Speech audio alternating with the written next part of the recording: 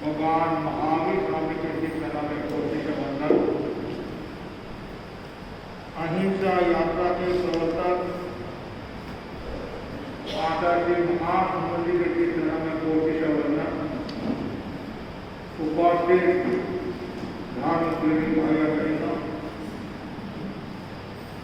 तत्वबोध सप्ताह के अंतर्गत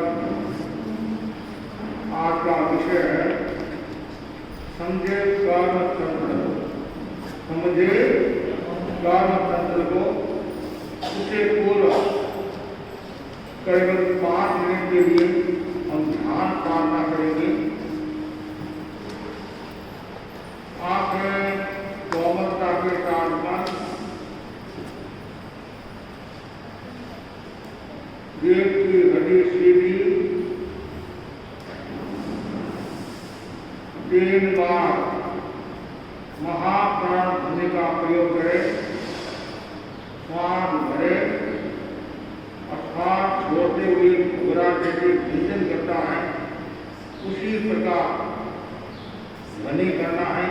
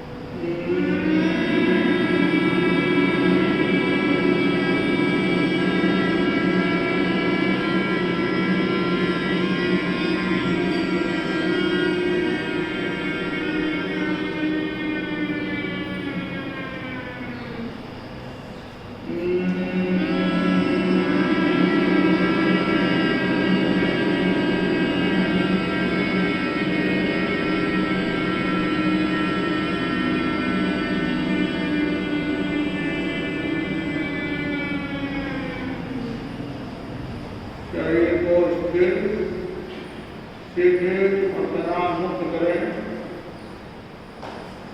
पीठ रज्जु और गर्दन सीधी रहे।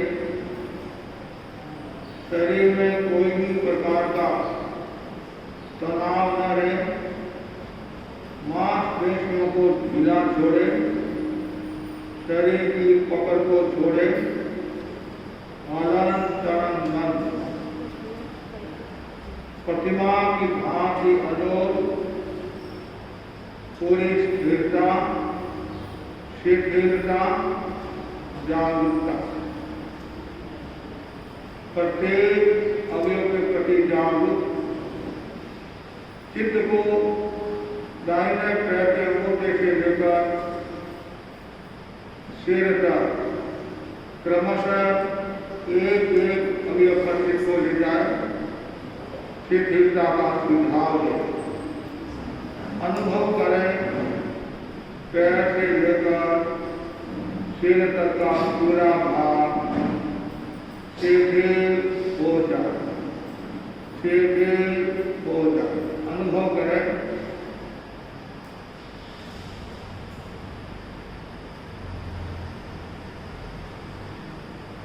पैर से लेकर सिर तक का पूरा भाग शिथिल हो रहा है, पूरे शरीर में हल्केपन का अनुभव करें।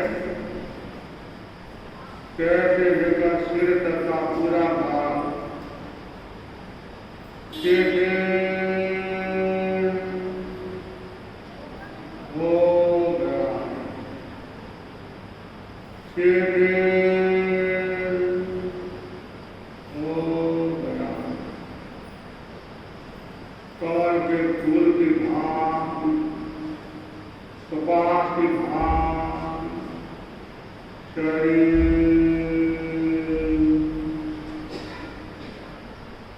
पूरा हल्का हो गया, तनाव मुक्त हो गया है, अनुभव करें।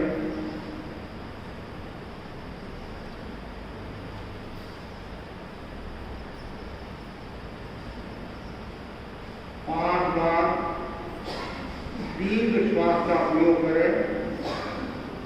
श्वास ले, श्वास छोड़े, आवाज नहीं करना है, शरीर को हिलाना डुलाना भी नहीं है। श्वास लेते समय पेट खुलेगा, छोड़ते समय पेट खुलेगा, ये विशेष ध्यान से। श्वास लेते समय चित्त को नासाग्र पर, नाक के अग्र भाग पर, छोड़ते समय विभूति दर्शन करने पर केंद्रित करें। श्वास ले, छोड़े।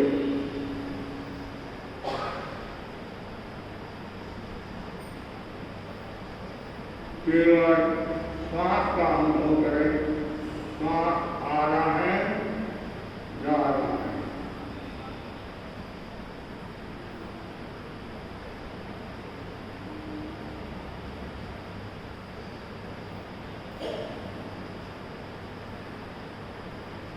केवल श्वास का अनुभव।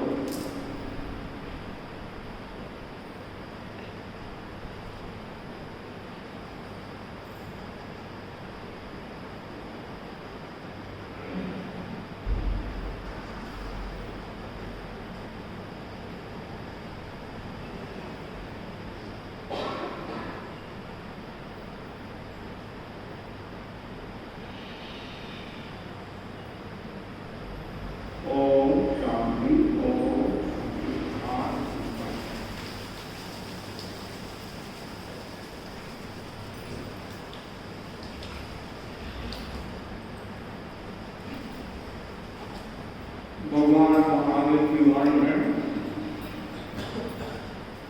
प्रदान सम्मान न मोक्ष अर्थ।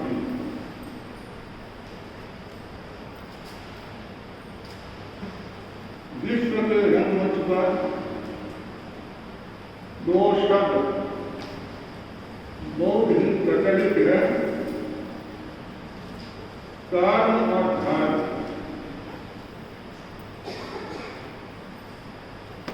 बड़ा ही सुंदर कहा गया है,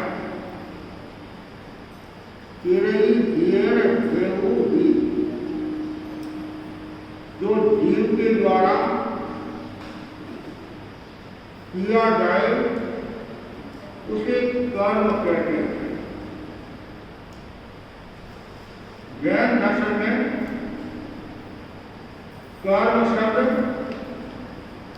क्रियावाचक नहीं है, वह आत्मा पर लगे सूक्ष्म पौद्गलिक द्रव्य का वाचक है। कर्म अजीब है, जड़ है, चतुष्स्पर्शी। कुछ लोगों की अवधारणा है व्यक्ति को कर्म से प्राप्त होता है। भगवान की वाणी है, ये धारणा एकांततः सत्य नहीं है। कर्म का अर्थ है जीव के द्वारा शुभ अशुभ प्रवृत्ति के द्वारा, जीव शुभ अशुभ प्रवृत्ति के द्वारा आप इस कर्म योग्य कुदरत चुनों को खींचता है और आत्मा के साथ एकीभूत हो जाता है, आत्मा के साथ कर्म चिपक जाते हैं, वह कर्म है। कर्म मुख्य रूप से दो भागों में विभक्त है, घाटी कर्म, अघाटी कर्म। आत्मा के मुख्य गुणों का जो घात करते हैं, जो नुकसान करते हैं, वे घाटी कर्म कहलाते हैं। और जो आत्मा के मुख्य गुणों का नाश नहीं करते हैं, वे अघाती कर्म कहलाते हैं। घाती कर्म चार है, ज्ञानावरणीय, दर्शनावरणीय, मोहनीय और अंतराय।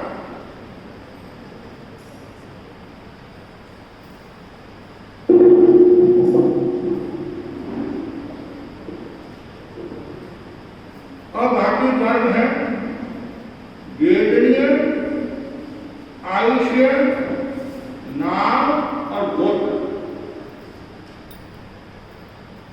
चार घनघाती कर्मों में पहला कर्म है ज्ञानावरणीय कर्म, जो ज्ञान के आवरण को रोकता है। ज्ञान को जो रोकता है वह है ज्ञानावरणीय कर्म। दर्शन को जो रोकने वाला है वह है दर्शनावरणीय कर्म। वेदनीय कर्म साथ असाथ सुख दुख का जो अनुभव कराता है वह वेदनीय कर्म, जो अघाती कर्म है। मोहनीय कर्म सम्यक और चारित्र का घात करता है, वह है मोहनीय कर्म। निश्चित समय तक एक जीव को एक गति में बांधे रखता है, वह है आयुष्य कर्म, अघाती कर्म। नामकरण जीव को नाना प्रकार के यश अपयश आदि दिलाता। गोत्र कर्म जीव को ऊंच और नीच गोत्र का अंग कराता। नामकरण और गोत्रकरण दोनों ही अघाती कर्म है। और अंतराय कर्म जो बाधा पहुंचाता है वह है अंतराय कर्म। 8 कर्मों में सबसे जो खतरनाक कर्म है वह है मोहनीय कर्म। मोहनीय कर्म के कारण जीव संसार में परिभ्रमण करता है। बंध के जो कारण बताए हैं, अज्ञान, कषाय, मोह, आश्रव, जब तक मोहनीय कर्म विद्यमान रहता है तब तक जीव संसार में परिभ्रमण करता रहता है। मोहनीय कर्म सेनापति के समान, जिस प्रकार सेनापति को वश में कर लिया जाए तो जवान स्वतः ही वश में हो जाते हैं, उसी प्रकार मोहनीय कर्म को जो वश में कर लेता है, क्षीण कर लेता है, तो बाकी के कर्म स्वतः ही क्षय हो जाते हैं। मोहनीय कर्म का संबंध राग देश के साथ जुड़ा हुआ है और कर्म के दो बीज हैं, राग और द्वेष। राग भी खतरनाक है और द्वेष भी खतरनाक। कर्म बंध का कारण कर्म, और थोड़ा आगे बढ़े तो कर्म के दो बीज राग देश, और आगे बढ़े कर्म बंध के कारण क्रोध, मान, माया, लोभ। और ऐसे कर्म बंध का मूल जो कारण है वह है आश्रव। आश्रवो भव हेतु संकरो मोक्ष कारण। आश्रव भव भ्रमण का कारण है और संबंध मुक्ति का कारण।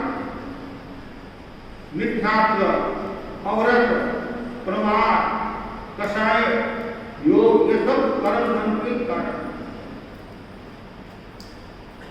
और कर्म जीव को हंसाता भी है, नचाता भी है, रुलाता भी है। कर्म से आदमी कमाता भी है और कर्म से आदमी गमाता भी है। कर्म से आदमी सुख का अनुभव करता है और कर्म से आदमी दुख का अनुभव करता है। कर्म किसी को भी नहीं छोड़ता। कर्म कर्ता का अनुभवन करता।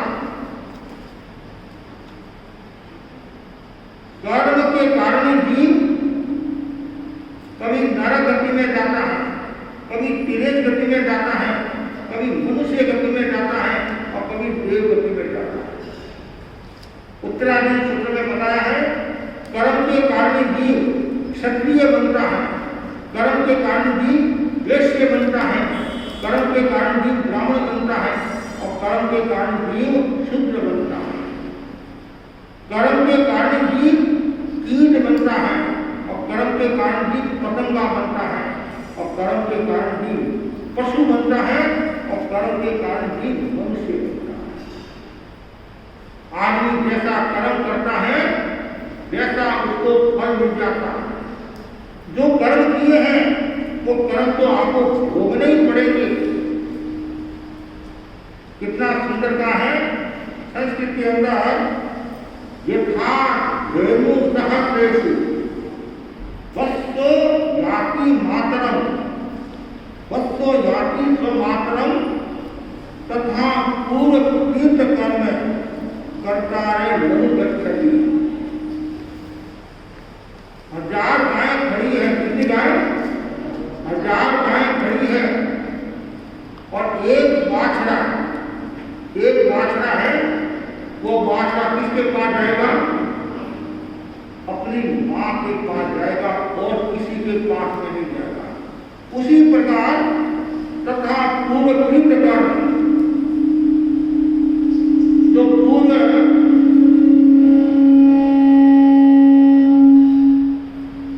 पूर्वकृत कर्म है वो किसके पास में जाएगा? कर्ता रे गच्छति, वो कर्ता के पास जाएगा। आप कहीं भी चले जाओ, लंदन चले जाओ, अमेरिका चले जाओ, कहीं भाग गए आप गुफा में चले गए, जंगल में चले गए, पहाड़ में चले गए, नदी में डुबकी लगा दी, समुद्र में भी कहीं छिप गए, लेकिन कर्म आपके पीछे तैयार। पुलिस वाले से आप बच सकते हैं, रिश्वत देकर छूट सकते हैं, लेकिन कर्म के दरबार में कोई रिश्वत नहीं है। जो आपने कर्म किए हैं वो कर्म आपको भोगने पड़ेगा। सुचिन्ना कमा सुचिन्ना फला भोगी, दुचिन्ना कमा दुचिन्ना फला भोगी। आपने अच्छे कर्म किए हैं, अच्छा फल मिलेगा, और बुरे कर्म किए हैं तो बुरा फल मिलेगा। कर्म निकासित भी होते हैं और दलित भी होते हैं। तपस्या आदि के द्वारा दलित कर्मों को तोड़ा जा सकता है, और जो निकासित कर्म है, जो बन गए, उनको तो आपको भोगना ही पड़ेगा, चाहे वो शुभ है चाहे वह अशुभ है। उसमें इतना हो सकता है व्यक्ति की क्षमता रखे तो नए कर्मों का बंध नहीं करता। बड़ा कठिन काम है। जब आदमी सुख में होता है उसमें मरा याद नहीं आता। जब समस्या आती है, कर्म उदय में आते हैं, तब आपको मरा याद आते हैं, संत याद आते हैं, ज्ञानी जन याद आते हैं। न जाने हमारे पास में कितने लोग आते होंगे सुबह से लेकर शाम तक। अनेक क्षेत्रों से लोग आते हैं, ये समस्या, ये समस्या, ये समस्या, ये समस्या। ज्ञानी जन कहते हैं समस्या को उत्पन्न करने वाला कौन? स्वयं ही समस्या को उत्पन्न करने वाले हैं और स्वयं ही समाधान करने वाले, बाकी तो निमित्त। इसलिए कर्म करते समय सावधानी रखो। आदमी कर्म हंसते हंसते करता है तो उदय में आए उसमें भी हंसते हंसते शेयर करना चाहिए। मैंने जो कर्म किए हैं वो मुझे भोगने। मैंने किसी जीव को तकलीफ दी होगी, किसी को पीड़ा दी होगी, किसी को कष्ट दिया होगा, उसका जो परिणाम है वो मुझे क्षमता के साथ भोगना है। कभी कभी आप कहते इसने मेरे को दुख दे दिया, इसने मेरे को गाली दे दी, इसने मेरे नुकसान कर दिया। न किसी को कोई गाली देता, न किसी को कोई नुकसान करता है। निमित्त हो सकता है, बाकी अपने कर्म। सुकर्म भी उदय में आते हैं, अशुभ कर्म भी उदय में आते हैं। और जो कर्म करते हैं एक समय के बाद में फल देते हैं। कोई जरूरी नहीं कि जो आपने कर्म किया है अभी तुरंत फल देते। करोड़ों वर्षों के बाद में भी कर्म उदय में आ सकते हैं। दस कुमार मुनि का उदाहरण आपके सामने। 99 लाख भवों के बाद में कर्म उदय में आता। आप कहेंगे ऐसा कैसे? जो कर्म किए हैं वापिस वैसा ही वातावरण बनना, जिसके साथ में सारे जो संबंध है वो जीव भी होना, वो वातावरण भी होना, तब जाकर कर्म उदय में आता। 5 जीव हैं, 3 है और 2 नहीं है तो कोई काम नहीं होगा। जिसके साथ में जो संबंध है, जो कर्म है किए हुए हैं, वो सब होंगे तब जाकर कोई कर्म उदय में आता। तो दक्ष कुमार मुनि का जो उदाहरण आता है, उस भाव में तीनों का योग हो गया, दोनों का जो थे योग हो गया, कर्म उदय में आगे क्षमता के साथ भोगे और मोक्ष में चले। इसलिए कर्म करते समय सावधानी रखो। हमारे पुराने संत एक गीत भी फरमाते थे, कर मारो काम करारो, कर मारो काम करारो, मत बांधो इनको भारो रे, कर मारो काम करारो, कर मारो काम करारो। हंस तो कर्म का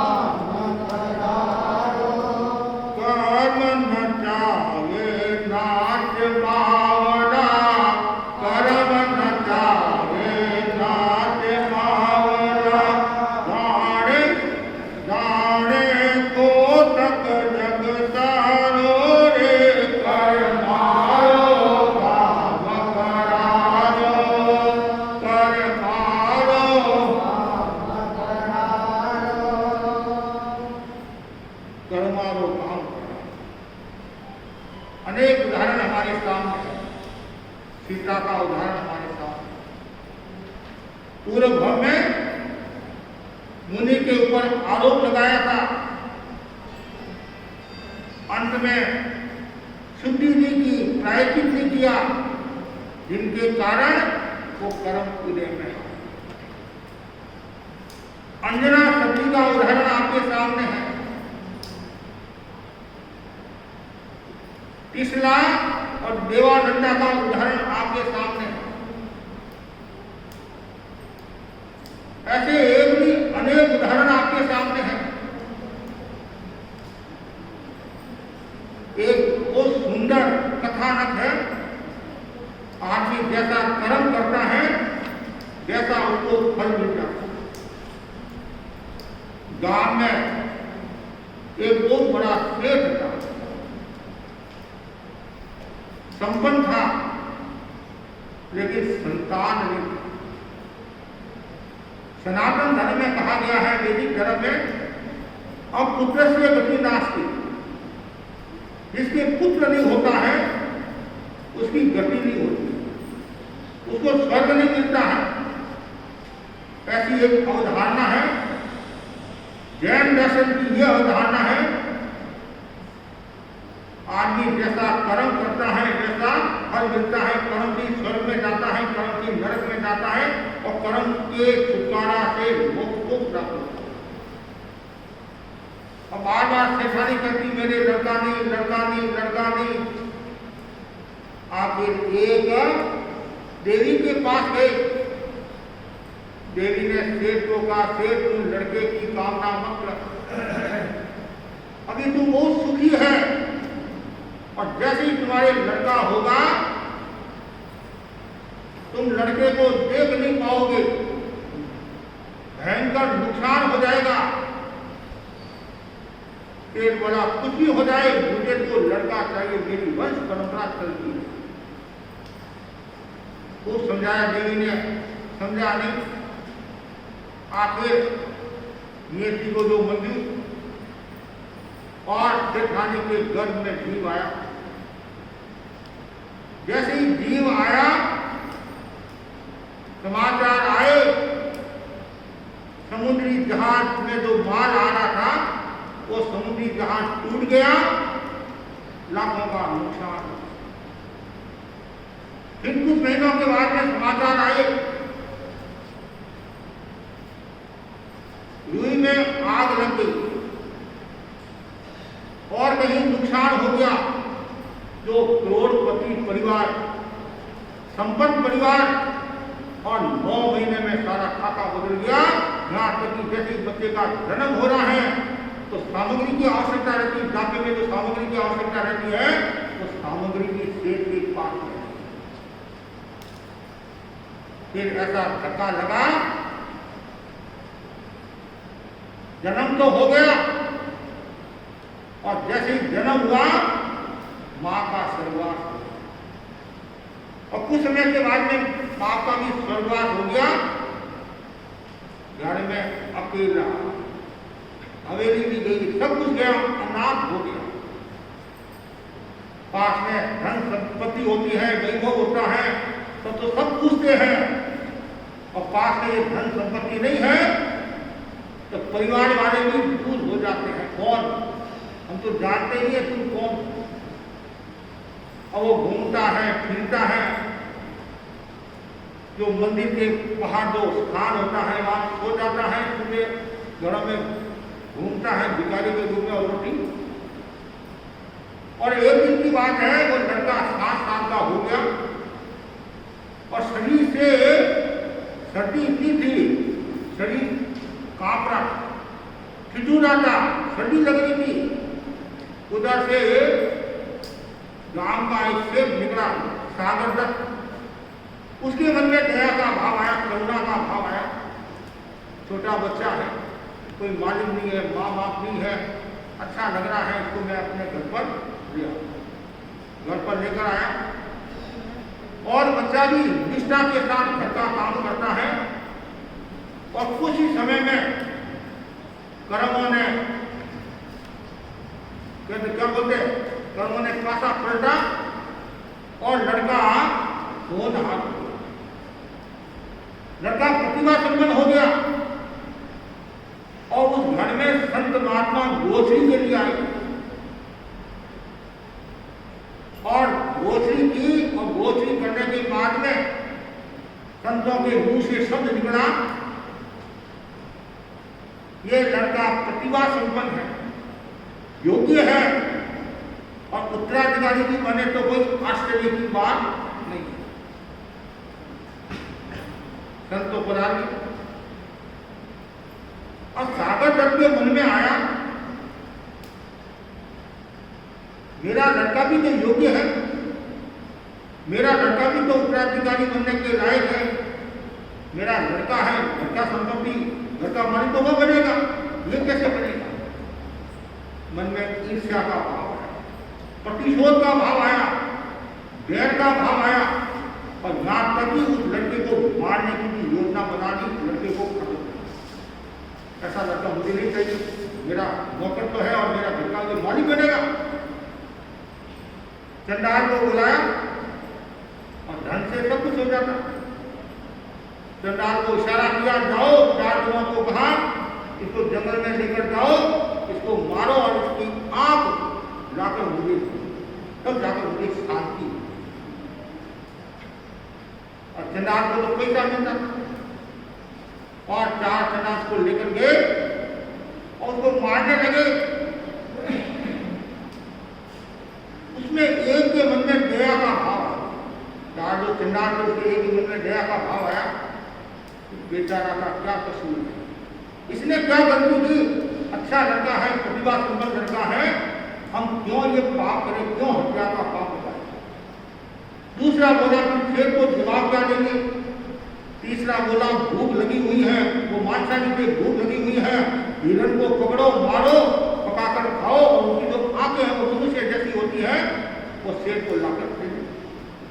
चौथे ने समर्थन कर दिया और लड़के को कहा, तू इस सीमा में मत रहना, तू यहाँ से भाग जा। और लड़का वहां से भाग गया और उन्होंने हिरण को पकड़ा, मारा, मांस खाया और आंखें शेर को लाकर। शेर बहुत खुश हुआ, मेरा काम और मैंने संतों के वचन को भी झूठा साबित कर दिया। तो उसको क्या पता, नियति को क्या मंजूर है, आगे क्या होने वाला।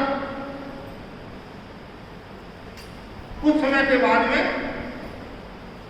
और वो लड़का आगे बढ़ा और जंगल में है गोपालक जो होता है, ग्वाला, गाय को चराने वाला, उसने इस लड़के को देखा और ये भाग रहा था। क्यों भाग रहा, क्या बात? उसने अपने मन की सारी बात बता दी, ऐसी ऐसी बात है, मेरे कोई माँ बाप नहीं है, कोई मालिक नहीं है और मैं जा रहा हूं। तो गोपाल को दया आ गई, ग्वाले को दया आएगी कि मेरे पास लड़के हुए छक्कम छक्का और तू मेरे पास में रहे, रोटी खा, गाय की सेवा कर, दूध पी और गाय को चरा। तो वहां रह गया। जैसे ही उसने पैर रखा, अब देखो कर्म की बात, उधर शेर के घर में आया तब तो शेर साफ हो गया और यहाँ गोपाल के घर में आया और गोपाल निहाल। उसी समय में उन्होंने लाखों की संपत्ति कमा ली। अब सब आराम से रह रहे हैं और वो जो शेर था, वो शेर कोई आवश्यक कार्य के लिए उस गांव में आया जहां गोपालक रहता था। उस गोपालक के और शेर के लेन देन था और शेर ने सोचा मैं बूढ़ा हो गया हूं, अब मेरा बेटा तो कोई जाता है नहीं है, अब मैं हिसाब पूरा करके आ जाऊं। तो गोपालक के वहां आया और गोपालक ने इसका परिचय कराया, इसका नाम का परिचय कराया और सारी मन की सारी बात बता दी। उधर शेर के मन में आया ये तो वही है, परिचय से पता चल गया और शेर ने भी जान लिया। तो लड़के ने शेर को नहीं जाना, लेकिन शेर समझ गया ये तो वही है। अरे ये कैसे, इसको तो खत्म कराना, मुझे खत्म कराना, मरवाना है। शेर ने चालाकी की। शेर बोला जो डायरी थी वो डायरी लाना मैं भूल गया हूं, मैं डायरी लेकर आता हूँ, पास में गाँव है। शेर के मन में तो गोपालक के मन में पाप नहीं था। गोपालक बोला, शेर साहब आप बूढ़े हो गए, आप क्यों जाओ, और ये मेरा जो आदमी है ये दामलक ये लेकर आ जाएगा। शेर तो यही भावना पाता था ये जाए और मैं ऐसी योजना बनाऊं जिसे ये मत जाए। ठीक है, शेर ने कागज लिखकर दे दिया और जाओ ये डायरी लेकर आ जाओ। कागज दिया, पढ़ा लिखा तो था। और कुछ लोगों का नेचर होता है, जैसे किसी भाई ने कहा अमरान को चिट्ठी पकड़ा दे, कहने वो पढ़ेगा क्या लिखा होता है। ये मनुष्य का एक स्वभाव है, लेकिन नहीं पढ़ना, कोई आवश्यक हो कुछ हो, ये मनुष्य का स्वभाव है। या फिर दूसरे को पूछेगा क्या है क्या है क्या है क्या मसला है, मनुष्य का स्वभाव है, आदत है, नेचर है। लेकिन वो पढ़ा लिखा तो था ही नहीं। उसने क्या किया, जेब में चिट्ठी डाल खुली थी, कागज लिखा हुआ था, और वो वहाँ से रवाना हुआ। रास्ते में हनुमान जी का मंदिर आया, उसने सोचा यहाँ विश्राम कर लूँ और दूसरे दिन चला जाऊँगा, कोई इतना इमरजेंसी काम तो है नहीं। और वो वहाँ जाकर सो गया, खाट पलक पड़ी थी और सो गया, आराम से खराटे ले रहा है। इतने में क्या होता है, वो शेर की लड़की तो हनुमान जी की पूजा करने के लिए आती थी। इसकी पूजा हनुमान जी की पूजा करने के लिए आती थी और पूजा करके वापिस जा रही थी और उसकी नजर उस लड़के के ऊपर। लड़के को देखा, रंग रूप आदि से प्रभावित होगी, मोहित होगी। हे भगवान ये लड़का मुझे मिले, हे भगवान ये लड़का मुझे मिले, हे भगवान ये लड़का मुझे। ऐसे कहाँ से मिलेगा? आज का जमाना तो था नहीं, उस समय का जमाना दूसरा था। वो सोया हुआ है, वो पास में आई और जेब में जो कागज ऐसे ऊपर था और कागज को निकाला और कागज को पढ़ा। जैसे ही कागज को पढ़ा, अरे ये तो मेरे बाप की रही थी। और उसने लिखा हुआ था, प्रिय अशोक कुमार, जल्दी से जल्दी इसको विष दे देना। क्या दे देना? विष दे देना। लड़की का क्या नाम था? विषा। लड़की का क्या नाम था? विषा। तो लड़की ने सोचा पिताजी मेरे लिए लड़का ढूंढने के लिए गए और उन्होंने कागज लिखकर भेजा है और वो थोड़े उतावले हैं, थोड़े बावड़े हैं और कभी कभी क्या है वो भूल जाते हैं। तो लगता है विषा लिखना था, उन्होंने विष लिख लिया। क्या विषा लिखना था, विष लिख दिया। लेकिन करूँ क्या, मेरे पास तो कोई साधन है नहीं। उसके आँख में काजल डाला हुआ था, आँख में एक टीका लिया और कागज ये काजल निकाला और एक लाइन तो करनी थी, खोपड़ी बदल एक लाइन करनी थी और विषा कर दिया जेब में। और वो भावना बनी, हे हनुमान बाबा जय हो, विजय हो, तुमने भी मेरा काम कर दिया। घर बैठे धंधा आ गई और लड़की तो अपने घर चली, आराम से रह लिए। उसने घर में कोई चर्चा नहीं की। लड़कियां भी होशियार होती है, अच्छी बात है कि लड़की होशियार था। आजकल के वर्तमान में लड़कों से भी ज़्यादा लड़कियां एक्स्ट्रा ऑर्डिनरी होती है, ऐसा कहा जाता है। और कभी कभी देखते भी, इसका मतलब ये नहीं कि लड़के डिवोर्स होते, लड़के भी होशियार। और जाकर सो गई आराम से। और वो सुबह हुआ, खेत वो रामनाथ गांव में आया और उसको भी पता नहीं। और पूछा भाई वो शेर का घर कहाँ है, शेर का घर कहाँ है, शेर का घर कहाँ है। किसी ने कहा सामने जो घर है वो शेर का घर।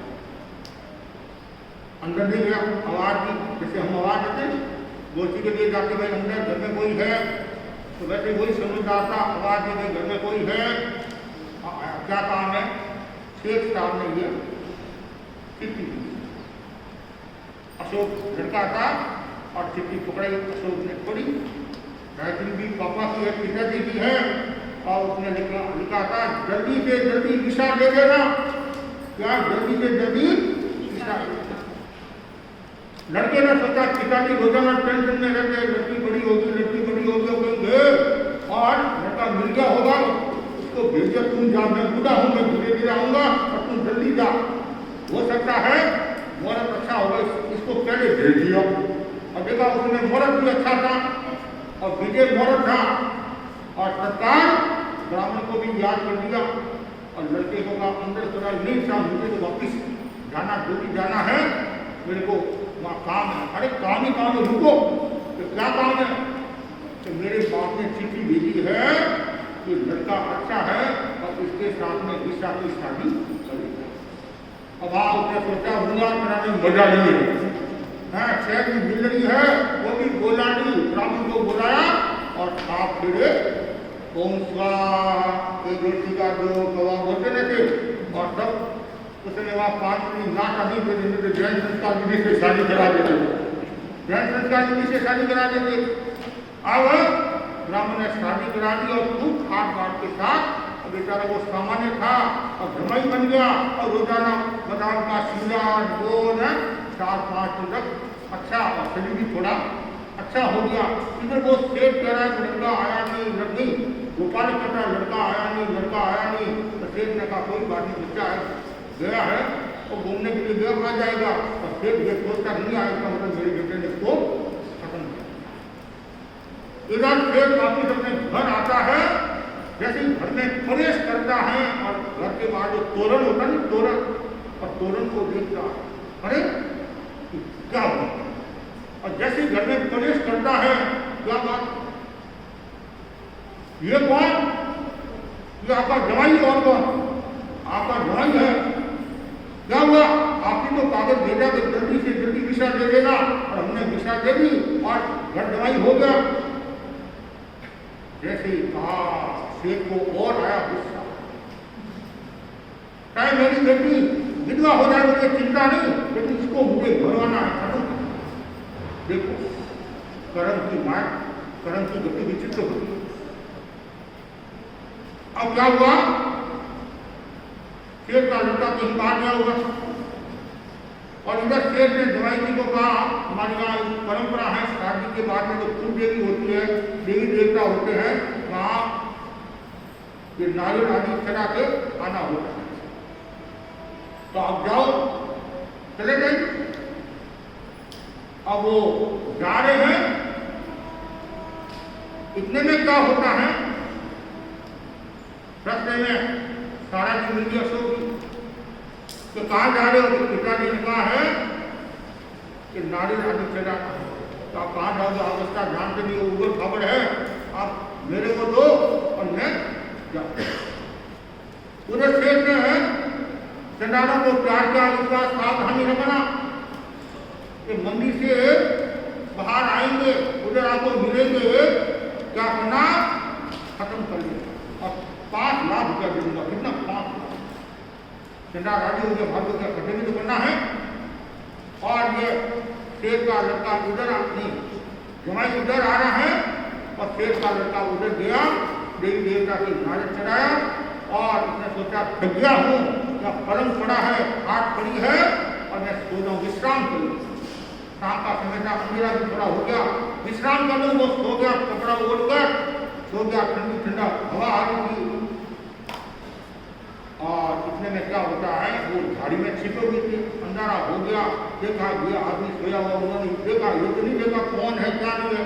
उन्होंने तो सेठ ने जैसा बताया वैसा ही उन्होंने कर लिया, यही होगा, और तलवार के द्वारा उसको खत्म मर गया। इतने में है जवाई घर पर आए, जैसे ही जवाई को देखा, हक्के पक्के हो गए, ये क्या बात? जवाई साहब क्या हुआ? नारियल चढ़ा कर आगे कि मैं नारियल चढ़ाने के लिए गया था और बीच में सारा जी मिल गए, अशोक जी कि आप मत जाओ, ये काम तो मैं कर लूंगा। तो मैं आ गया। उन्होंने जैसा कहा वैसा, जैसे ये कहा शेर की धड़कन तेज, ऐसा न हो जाए। और उधर तो शेर को चिंता हुई, इधर वो चंडाल आए, तत्काल पेट नीचे, मैंने मेरे बेटे की हत्या की, मैंने मेरे बेटे की हत्या की। उस समय शेर यदि सजग रहता तो ऐसी नौबत नहीं। अब परिणाम यह आया, साधुओं के वचन फलित हो गए, घर का मालिक कौन हो गया? राम लक्ष्मण। आदमी जैसा कर्म करता है जैसा फल मिल जाता है। दार्शनिक के मन में कोई पाप नहीं था, सेठ के मन में पाप था, सेठ के मन में पाप होने के कारण ये घटना। इसलिए भगवान की वाणी है कि कर्म करते समय सावधानी रखो। कर्म करना तो सरल है, मारना सरल है, धोखा देना सरल है, बेईमानी करना सरल है, अनिति करना सरल है, गुस्सा करना सरल है, और जो कर्म पूरे में आते हैं तब इसे बच्चों आपको भी मैं कहना चाहता हूँ, कर्म करते समय सावधानी रखो। ज्यादा हंसी मजाक करना, ज्यादा कुतूहल करना, ज्यादा मारना, पीटना, गुस्सा करना, वासना में रहना, विकार में रहना, ये आत्मा को नुकसान पहुंचाने वाला है। इसलिए कर्म तंत्र को समझो, और जो कर्म तंत्र को समझ लेता है वो व्यक्ति महानता को प्राप्त होता है, उच्चता को प्राप्त होता है। तो बस मैं इतना ही आपको कहना चाहता हूँ, सभी भाई बहन कर्म करते समय सावधानी रखे। कर्म 8 है और 8 कर्मों को समझो। उनमें भी जो मोहनीय कर्म है वो सबसे खतरनाक है, और कर्म बन का जो कारण है वो क्या है? आश्रय है। कर्म बन का कारण क्या है? आश्रय है, और आश्रय से कर्मों का बंध होता है। अब कर्मों से छुटकारा कैसे मिले, उसके लिए क्या करना है? संवर धर्म की साधना करना। किसकी साधना करना? संवर धर्म की साधना करना, कर्मों को रोकना, और संयम के द्वारा, साहित्य के द्वारा, और फिर संवर के साथ में निद्रा की साधना करना। तो आदमी एक दिन कर्मों का अक्षय करके मोक्ष को प्राप्त हो जाता है। इसलिए कभी कभी आदमी मोह के वशीभूत होकर क्या करता है? ये गर्भ पक्ष भी दे देता है, साक्षी दे देता है। वो साक्षी कभी कभी भारी पड़ जाती है, कभी कभी देर भी हवा भी भारी पड़ जाती है। इसलिए सोच विचार कर ये कार्य करना चाहिए, ताकि परिवार में भी समस्या नहीं आए, खुद के भी समस्या नहीं आए, और सब आनंद में रहे, मंगल में रहे, सबका मंगल हो, सब आनंद में रहे। उसके लिए कर्म तंत्र को समझो, और कर्म तंत्र को, कर्मों को तोड़ने के लिए स्वाध्याय, ज्ञान, दर्शन, साहित्य की आराधना करते रहो। इसी आशा के साथ